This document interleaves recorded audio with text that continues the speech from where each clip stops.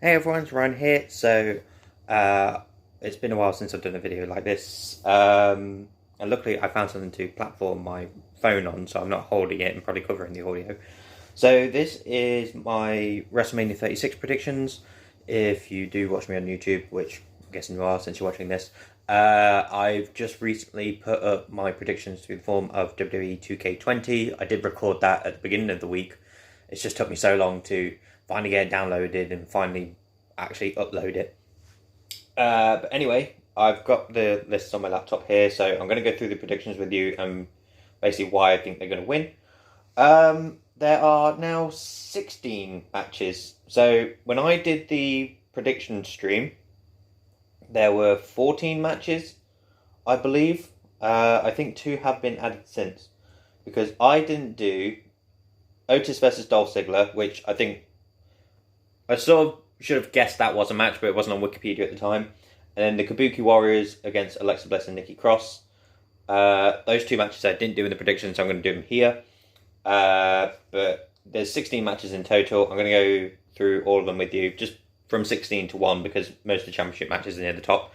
So, Otis versus Dolph Ziggler with Mandy Rose. I'm going to go for... I'm going to go with Dolph Ziggler to win this one.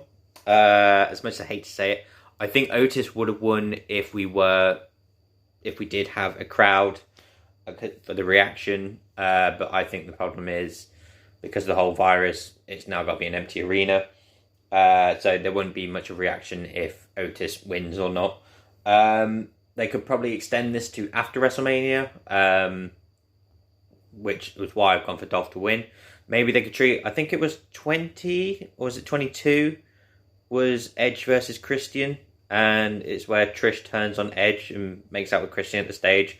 Maybe Dolph and Mandy could do that, as Otis is like on the floor losing. I have some strange feeling that Tucker and Sonya Deville are going to get involved somehow. Whether Tucker betrays Otis or Sonya aids. Like Sonya and Dolph had schemed together to put Mandy with Dolph instead of Mandy with Otis. I don't know. But I think at the end of the night, it's going to be Dolph getting the win over Otis, and maybe Otis then trying to either try and get Mandy back and prove that, it wasn't him. Like maybe Mandy finds out that Dolph and Sonya were behind it, like after WrestleMania at some point. We've got the Kabuki Warriors, Asuka and Kairi Sane, defending the Women's Tag Team Championships against Alexa Bliss and Nikki Cross.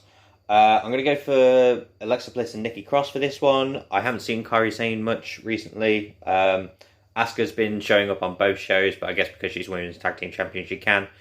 But I have a feeling they're going to give Bliss and Cross the titles again, because they have something more to do with them than they do with Kabuki Warriors, because it seems to be whoever has the titles doesn't really do anything. Like, ever since they were brought in over a year ago, the only ones that seem to have done something were Alexa Bliss and Nikki Cross. So I'm going to go with them. Sami Zayn with Cesaro and Shinsuke Nakamura defends the Intercontinental Championship against Daniel Bryan with Drew Gulak. I've gone for Daniel Bryan to win. I think it'd be nice 5 years later from when he had to give it up after winning at WrestleMania for him to win it again. I would love to see if Sami keeps like the way he did against Braun Strowman, where he just goes in every now and then maybe after losing to Daniel Bryan, he then brings back the fact that he's a wrestler, not this manager. Like, he realizes he has to step up his game. So maybe we could have that rematch.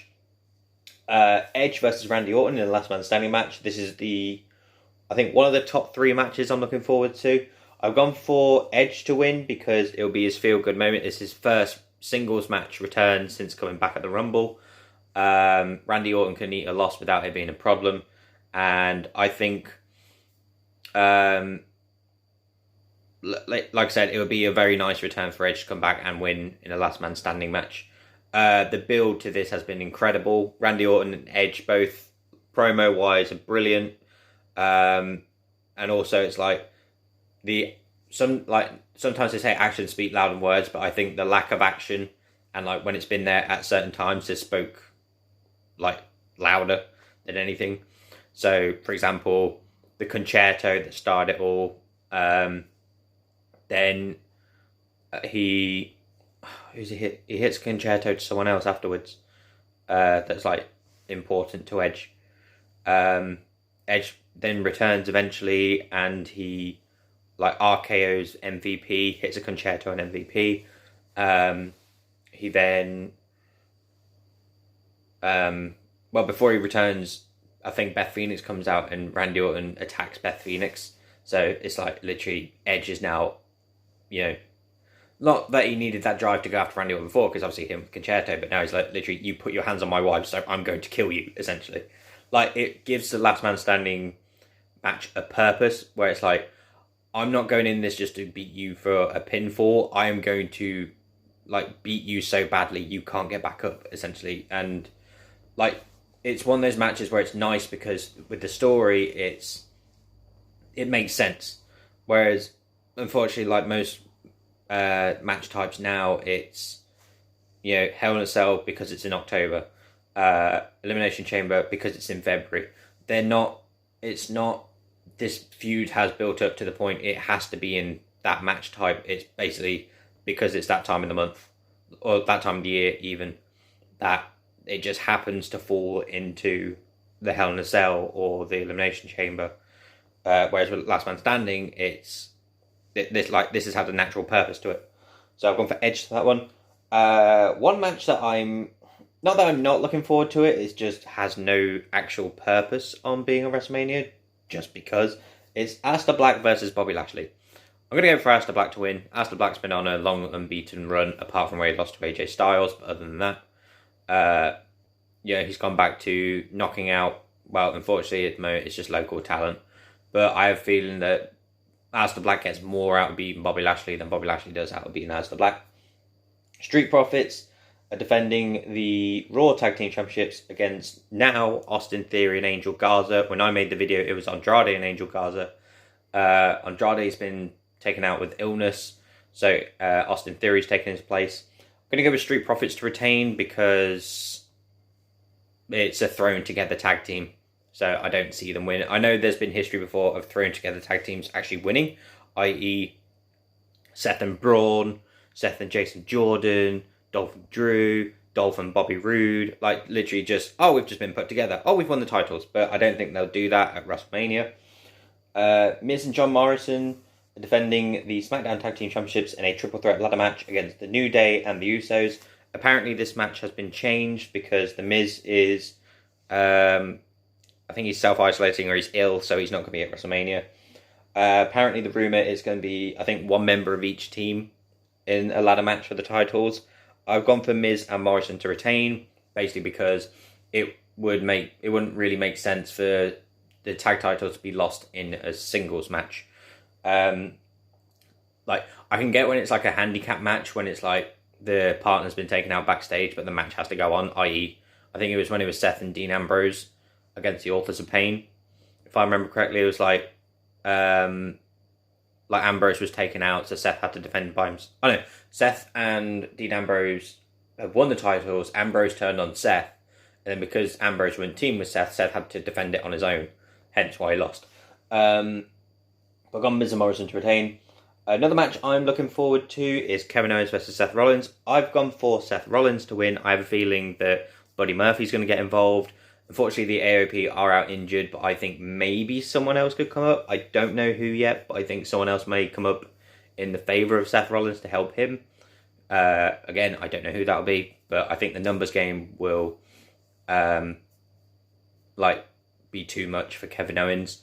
The build-up's been great. They're both brilliant on the microphone. Seth is much better as a heel than a face. They keep going on about the fact that Seth has had I think WrestleMania moments with every WrestleMania, whereas Kevin's had none. And then Kevin's going to make this his moment by beating Seth, essentially. But I think Seth will get the upper hand on Kevin yet again. And then, because apparently the rumour is he's next in line for the title, so I'm going to go for Seth to win. Undertaker versus AJ Styles in a Boneyard match. No idea what a Boneyard match is. Apparently, it's like a sort of junkyard area where they put like cars and bikes and stuff. Undertaker's brought back his biker gimmick, which is interesting. I I like the fact that he's literally this older man. It's like, oh, this whole dead man thing where it's been like, it's come and gone. It's a bit, you know, with the whole, he retired it and then brought it back and blah, blah, blah. I like the fact he's literally this, you've insulted me and my wife, so it's like, I'm not going to be this dead man thing. I'm going to be like this guy that's going to beat the crap out of you, essentially. The promos have been interesting for this. There's been no physical interaction between the two of them. It's just Gallows and Anderson and The Undertaker. But I'm going to go for The Undertaker to win this one. I think AJ Styles can eat a loss against The Undertaker. And I think Undertaker's WrestleMania mystique goes if he's lost 3 times in the space of 6 years, because it's literally like lost at 30, won at 31 and 32, lost at 33, won at 34, didn't even wrestle at 35, and then it'd be odd if he lost at 36. But I've gone for him to win, just because it's supposed to be his specialty match. Normally the irony is whoever's specialty matches they don't win, i.e. Bray Wyatt. Oh no, Bray Wyatt did win the House of Horrors, but he needed the help of Jinder. Like Kane always loses Inferno matches. Well, not always, but majority of the time. And Undertaker, majority of the time, loses Buried Alive matches. So I've gone with the Undertaker to win that one. It's a fatal 5-way elimination match for the SmackDown Women's Championship as Bayley defends her title against Lacey Evans, Naomi, Sasha Banks, and Tamina. I've gone for Bayley to retain in this. I think what it was going to be originally building up to, I thought it was going to be Bayley versus Sasha Banks. But I like the twist that Sasha Banks has been thrown in there like afterwards. So it was originally meant to be Bayley versus Lacey Evans versus Naomi versus Tamina versus Dana Brooke. And then Sasha complained about it, so then they put Sasha in the match as well. So there's that tension. Then Dana Brooke self-isolated, so she's out the match, so it's only a 5-way now. But yeah, I think a lot of people are thinking Sasha's going to turn on Bayley and pin her, but I think Bayley's going to turn on Sasha and pin her instead. But I've gone for Bayley to retain. No way Tamina's winning. Lacey Evans, no, because she hasn't been anywhere near the title for a while. Naomi possibly has a chance since returning from the Rumble. I think Naomi's the 3rd favourite to win. Sasha's 2nd favourite, but I've gone for Bayley. John Cena versus The Fiend, Bray Wyatt in a Firefly Funhouse match. This is the one where it's going to be odd, like the House of Horrors match. It's going to be odd, but I think it's going to be very interesting to see, especially with an empty arena. So it's a lot more allowable if it's a pre-made match, if you know what I mean. Because it's with that House of Horrors when it was at it wasn't Backlash, was it? It was Payback, I think. But yeah, it was sort of they pre-recorded where it was nighttime in this little farm area or countryside area with this house, and it's broad daylight at the stadium, and then apparently they can get from that house in wherever it was to the stadium in less than an hour, stuff like that where it doesn't make any sense. But I've gone for The Fiend for this because The Fiend has to win. The story's pretty much been, which I think a lot of people agree on, is ever since Cena beat Bray Wyatt at WrestleMania, Bray Wyatt's still just been going downhill. That was the start of, oh, he's really good on the microphone, but he loses the matches. Oh, he's really good on the microphone, but he loses matches, and it just keeps going down and down. It's sort of like Samoa Joe is now, where it's he's brilliant when he talks on the microphone. You believe everything he says. It's oh, his words are so unique, and it doesn't feel like they've been written for him, and then he loses. And it's well, you can't really believe anything he says now because he just loses all the time. And I think if he was to lose again to John Cena, especially after losing to Goldberg, and then just disappearing, The Fiend will be pretty much done. I think Bray Wyatt will be done, and he should probably ask for his release because he is not getting anywhere in that company if that happens. So I think The Fiend has to beat John Cena to get revenge after 6 years, and maybe this sends John Cena away for another year or two. It'd be interesting to see, but like I said, I think this is the one where The Fiend has to win. If he doesn't, I generally don't know where he goes from there, because it's his mystique will be gone. If he's lost twice in a row, what does that tell you about The Fiend? How can it be that scary if 2 people have beat him? So yeah, I'll go for The Fiend for that one. Becky Lynch defends the Raw Women's Championship against Shayna Baszler. the build up to this was weird. Like I think the easy booking would have been Shayna Baszler to win the Rumble when she was a surprise entrant at number 30. Literally eliminated 7 people in 2 minutes. But then they had Charlotte Flair win it. And for me, that was like, that could have been a really good Rumble. But the fact that Charlotte wouldn't downgrade it for me. I've got nothing against Charlotte as like a wrestler, an athlete, or a person. I think it was literally like, I've got to the point where it's like, she's already been a 10-time women's champion. She's already like main evented WrestleMania. She's already been the first ever like women's champion. Like when they brought in the brand, like she was the first one to be an NXT, SmackDown Women's, and Raw Women's champion. And then literally her promo before the Rumble was, "Oh, I haven't won the Rumble, so I've got to add that to the list." And then she wins the Rumble. And then next thing you know, after WrestleMania, it's going to be, "I've not won the Women's Money in the Bank," and then she's going to go and win it. I feel like she's done too much, if you know what I mean. Where it's like, there can be some people that don't win a Rumble, and I think Charlotte shouldn't have won it this year, but that's what they decide to do. But anyway, then Shayna didn't show up for a while.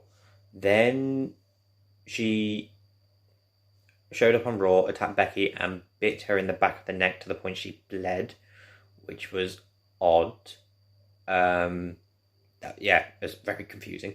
Then they have the Elimination Chamber match where Shayna comes in, chokes everyone out within minutes. I think she single-handedly eliminates everyone in the match.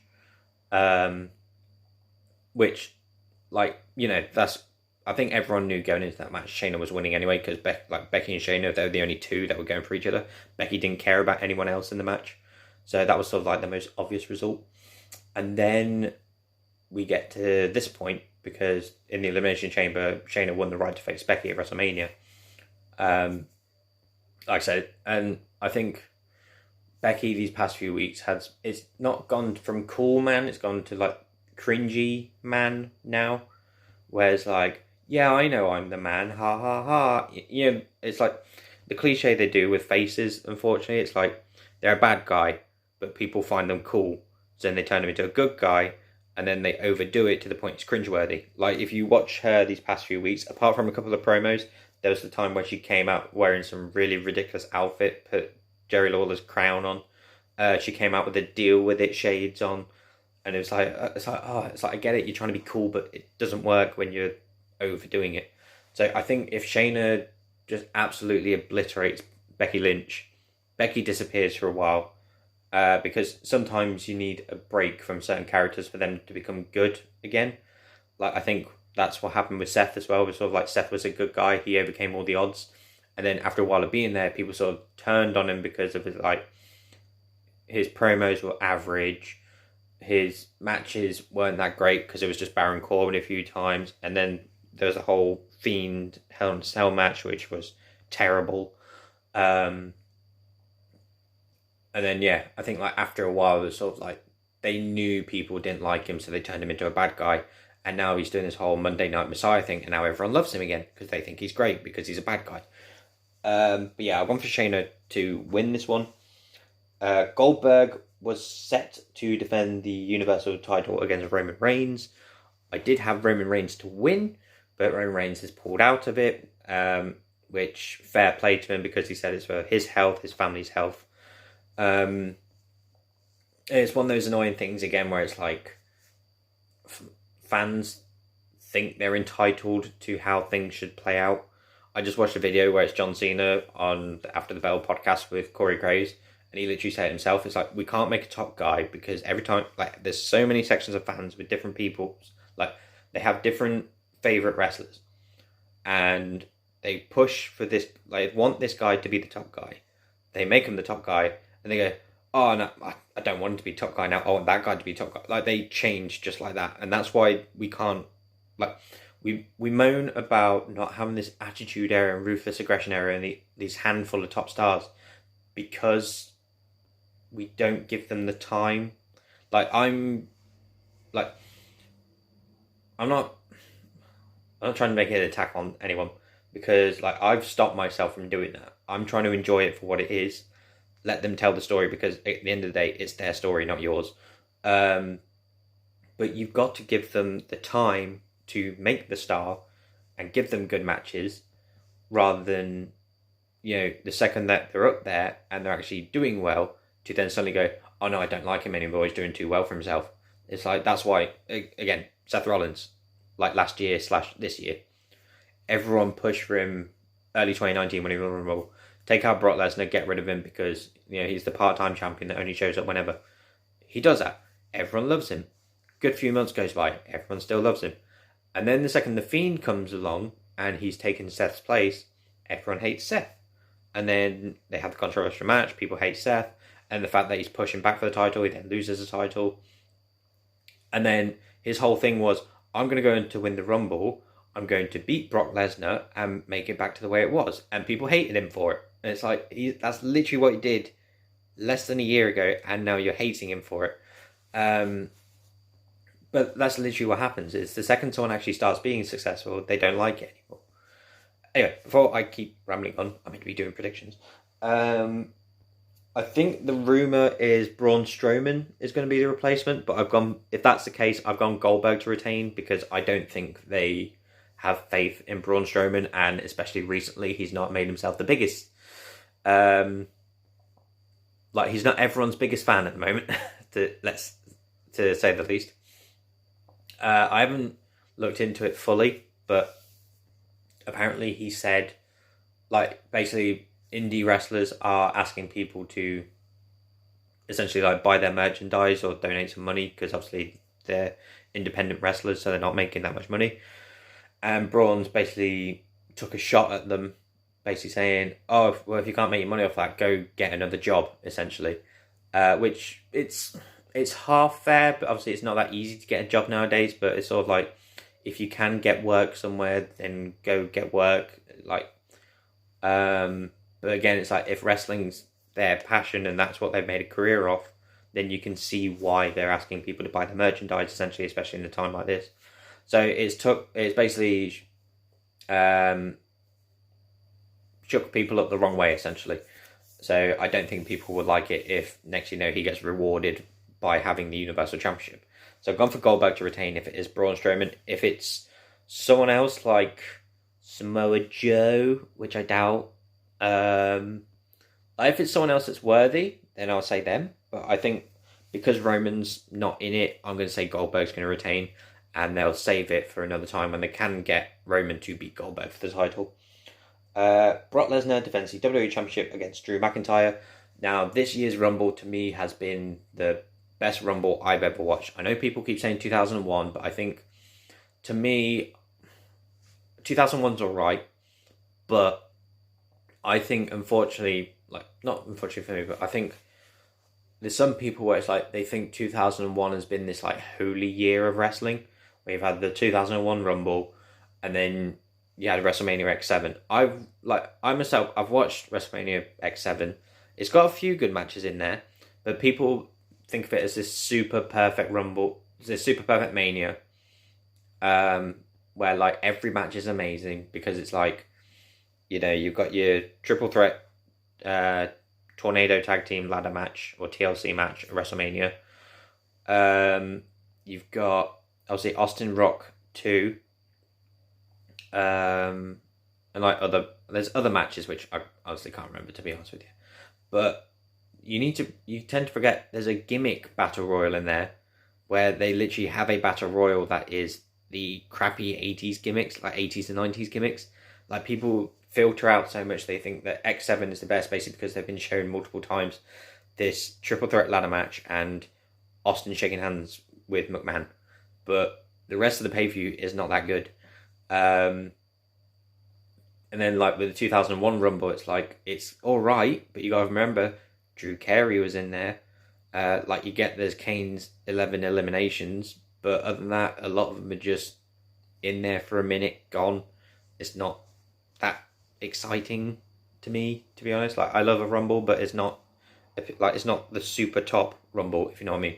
I think this year's one definitely has, the men's one, because for me it was a story of two halves. So the first half, Brock Lesnar goes in as number 1 because he thinks there's no one worthy of fighting him.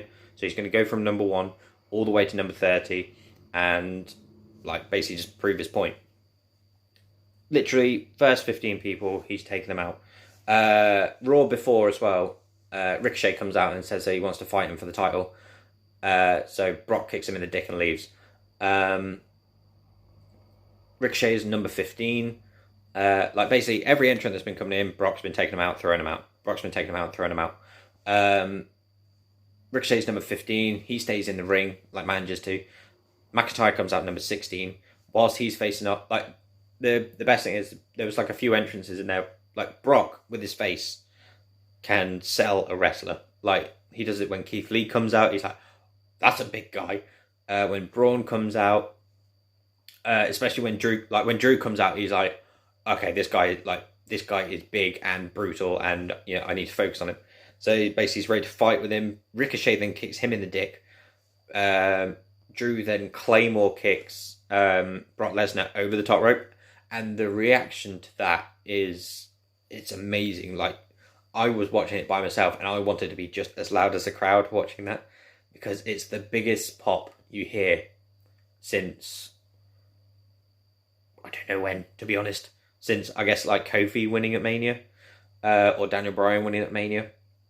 It was like that loud. It was like, it's like when you're watching the football, the camera shakes, or like I think they sometimes do with that as well. But literally, they zoom out and everyone's jumping and their arms are in the air like that. Drew's staring down Brock. And then Drew essentially goes on to dominate for a while. There's like Edge's surprise return after 9 years, which was amazing. Edge ends up coming third as well. And then the thing that I like, which I think they've learned works, you put Roman as one of the last two, because either people are going to boo Roman because he's going to win, or they're going to massively cheer the other guy because they throw him out. It worked with Shinsuke, it worked with Randy Orton, and it also worked with whoever else won last year. No, because Seth didn't throw Roman out, did he? Like when Triple H threw Roman out in 2016. The only time it didn't work, ironically, was 2014, before Roman was being pushed as a big guy, like the top guy. And then the reaction for when Drew throws Roman out and he ends up winning the Rumble. I thought it was going to be Roman was going to win the Rumble, because that was set up Fiend versus Roman at Mania. And then because Drew eliminated Brock, that was set up Drew versus Brock. And going into it, I didn't think... I thought Drew had a bit of a chance, but he wasn't anywhere near the top, like the super top, to be considered like the top potential superstar, which is what I think made it better. Because it normally bugs me that the Rumble winners tend to be main eventers already. For example, last year, Seth Rollins was already a main eventer multiple times. I didn't mind that he won, because the story was he was going to take out Brock Lesnar, because it was unfinished business. Like Shinsuke winning 2018 was 2018 was also a really good Rumble, because Shinsuke, again, he's never been a world champion. I don't think he even had like a world title match before that as well, which made it even better. Same with Drew McIntyre. Drew McIntyre has never had a world title match until now. I think the only thing that's going to be a bit disappointing is the fact there's no crowd there, because I think if Drew beat Brock at WrestleMania, which I think he will do, I think he would have got just as big a reaction as when he won the Rumble. But yeah, I've gone Drew to win because, again, it's like Brock's brilliant in these big matches, and it can really sell Drew as the, hopefully, next big guy. Whether the fans will accept him or not, I think the fans should accept Drew McIntyre. Drew McIntyre is essentially, it's what you want in a wrestler. He's tall, he's muscly, he's agile. It's sort of like, what do I think was like, I would say like Triple H, because he's a bit more agile than Triple H, but he's sort of like that big powerhouse, but he's not like super muscle powerhouse like Brock or Goldberg, for example. Like he looks, not like he looks like normal, but basically he's got the good build, but he's not the overly muscly build, if you know what I mean. So I've gone for Drew to beat Brock Lesnar. And then we've finally got Rhea Ripley is defending her NXT Women's Championship against the Royal Rumble winner, Charlotte. This is where it's sort of like, where I'm tried it about a year ago, I think, but I've tried to learn not to jump to conclusions, because like I said before, I was annoyed when Charlotte won because I felt she didn't need it. And I was like, she's either going to go on to face Becky again, which we already had that feud for almost a year, or she's going to go on to face Bayley. And it was sort of like, the reason Bayley turned heel was because Charlotte beat Bayley, and got the title off her. For no reason. Charlotte just showed up and went, I want a title match against you, and Bayley went, okay. And it was like, Charlotte didn't earn it. Like, that was another thing that used to bug me all the time, was, especially with the whole Becky Lynch, how she became the man, was she had clawed her way up to get a title shot. Charlotte Flair comes back from injury and goes, I want a title shot. So she wins one match and goes, okay, you're in. And it's like, Becky's literally had to win 8 matches just to get the title shot. Charlotte comes in, wins one, and she's added in it too. And it's a bit, that was sort of like the height of Charlotte's being over pushed, if you know what I mean. But then she comes out and decides to challenge Rhea Ripley instead, which I quite like, because it'll be the first time that the NXT Women's Championship is defended at WrestleMania, and I think it's the first time it's defended at a pay-per-view that isn't an NXT pay-per-view as well. I've gone for Rhea Ripley to retain. I think it'll make a good statement for NXT and how good the superstars are if the champion, Rhea Ripley, can beat someone as prestigious as Charlotte Flair. Because the other side they could go with is Charlotte Flair wins the title, goes down to NXT. But to me, that sort of says your women's champion NXT isn't good enough to beat Charlotte Flair, which sort of sets NXT down a bit, I think, in my opinion. So I've gone for Rhea Ripley to retain. Whatever nights these are on, because basically they're set over 2 nights because there's that many matches. I think it's 8 on each. I'm going to have a guess as to what the main events are. I think night 1 will be Goldberg and Roman Reigns. Night 2 will be Brock and Drew. And then, as for the other matches, I don't know. But I am looking forward to it. I'm very intrigued by the show as a whole. It's tomorrow night and Sunday night that they're going on. I think it'll be about 3 or 4 hours each night. So that's essentially 8 hours of wrestling. Good thing it's not in one night. But yeah, like I said, I'm very intrigued to see how it goes. I'm very intrigued for the Firefly Funhouse match and the Boneyard match. The one I'm most looking forward to is the Edge and Randy Orton Last Man Standing match, followed by the Brock Lesnar and Drew McIntyre match. I'm very interested to see who Goldberg's mystery opponent is. Like I said, it's probably going to be Braun Strowman, I don't know. Then yeah, there's a few matches in there which I couldn't care less about. Oh, one I did miss out on, because again, I don't care about it, is Elias versus King Corbin. I completely missed that on the list. That's literally how much I didn't care about those 2 matches. They merged into one. I've gone for King Corbin to beat Elias. I think if he goes on from retiring Kurt Angle at WrestleMania last year to losing to Elias, considering he murdered him on the SmackDown before, last week's SmackDown, not last night's SmackDown, or tonight's SmackDown even, it's Friday, oh bloody hell.